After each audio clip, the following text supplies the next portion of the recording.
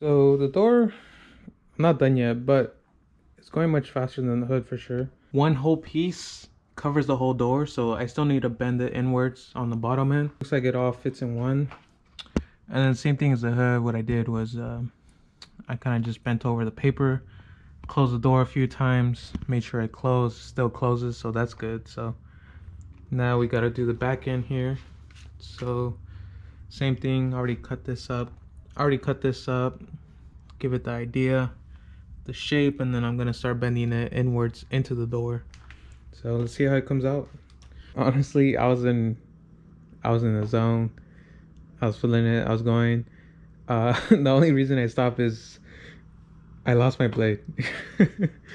So I did these two. I did the top. I'm working on the bottom now, and I'm tripping out because I'm like, where's my blade? Like I'm literally standing here, so it'd be funny if it's inside. No, it's not in here. Let me check the back. Doors are still functional. It's like I don't understand what happened. Turned into 1 minute of me talking about my blade. I got more, but oh, there it is. Oh man. Okay. Oh my gosh. Look at this, guys. I left it on the hood. I'll throw this one back on the ground in case I ever need it. So now I know it's there. Okay, so I think I've spent an hour and a half, 2 hours today. I've been able to do the two doors complete. The side pillar, I'll probably do one more piece here. I don't know, I kind of want to stop. Just stop it here. The back door was pretty easy. Took me maybe like 5 minutes. Honestly, if you guys can tell, I currently have a 3-door car because I have no handle. The back door was pretty easy because everything's exposed. I was able to again do the same thing where you wrap it around. Once you wrap it around, you put tape across the whole thing. When I had the door open, again, same thing. I used the blade to kind of feather off where I needed, but I tried to keep the original cut from the store.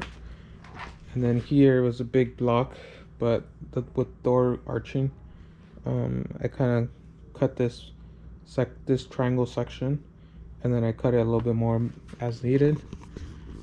And then here's some sample again of some of the rolling. So this is actually how you wrap a car, kind of.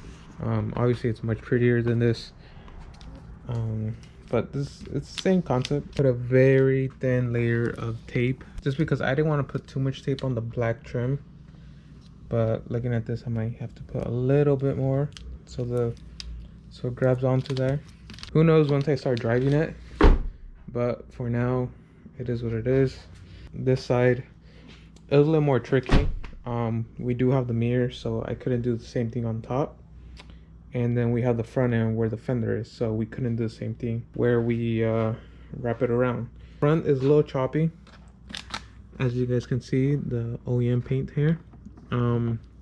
Because I couldn't wrap it in, and there is like a rubber gasket. I didn't want to get too much tape on that gasket, because then if the tape does stick too much, it might peel off a little bit of that rubber, and then it might look funky or ugly, and I'd rather not deal with it. What I did is I cut the paper a little shorter so I could just put a layer of tape. I kind of got better with my technique. I rolled it, and then I put a very thin layer of tape. First time wrapping a car, first time wrapping a gift. I'm just kidding, I think I wrapped like 3 gifts in my life. Usually I'll toss it to my sister, be like, here, can you wrap this for me? For when you actually wrap a car, you start with the big piece that goes across, and then what I did is I used the blade, cut it up, the arch somewhat, and then after that I kind of put some tape in certain spots just to hold it, being that I'm by myself. And then afterwards I trimmed it a little bit more, and then after trimming, that's when I started using tape. So as you can see here, I trimmed it as much as I could, and then I just put a layer of tape on it. So it's not rocket science, but to make it look really pretty, it is pretty hard. I'm not gonna lie. Honestly, I think you need like a 1/16, 1/8 width tape, and then you could put a very narrow tape.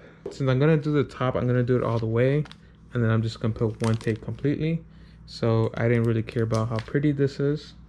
It's not gonna look pretty either way, but at least there'll be one long strip of tape here across the thing. I don't know if it's the right choice or not, but what I did is I folded the paper, kind of keep it straight, and then I put a very thin layer of tape on top of it to keep it intact. I was looking for the blade. I'm gonna, you can see here when you push it in, it looks good, right? But it's not consistent everywhere. So here there's a little bit extra more paper than here. So intention is to use this fine line here between the fake carbon and the paint. Use that and cut it up there. So that's where I'm gonna end for today. Hope you guys enjoyed this video. Part 2 of wrapping the. Alright guys, so that's the end of this video. As you can see, kind of doing just the top end here. We're gonna do this, well, intention is I'm gonna do this top end, and then I'll do this top end, and then I'll clean it up by having this one strip here. It should kind of clear up that tape that I have there. Finally finished the hood all the way.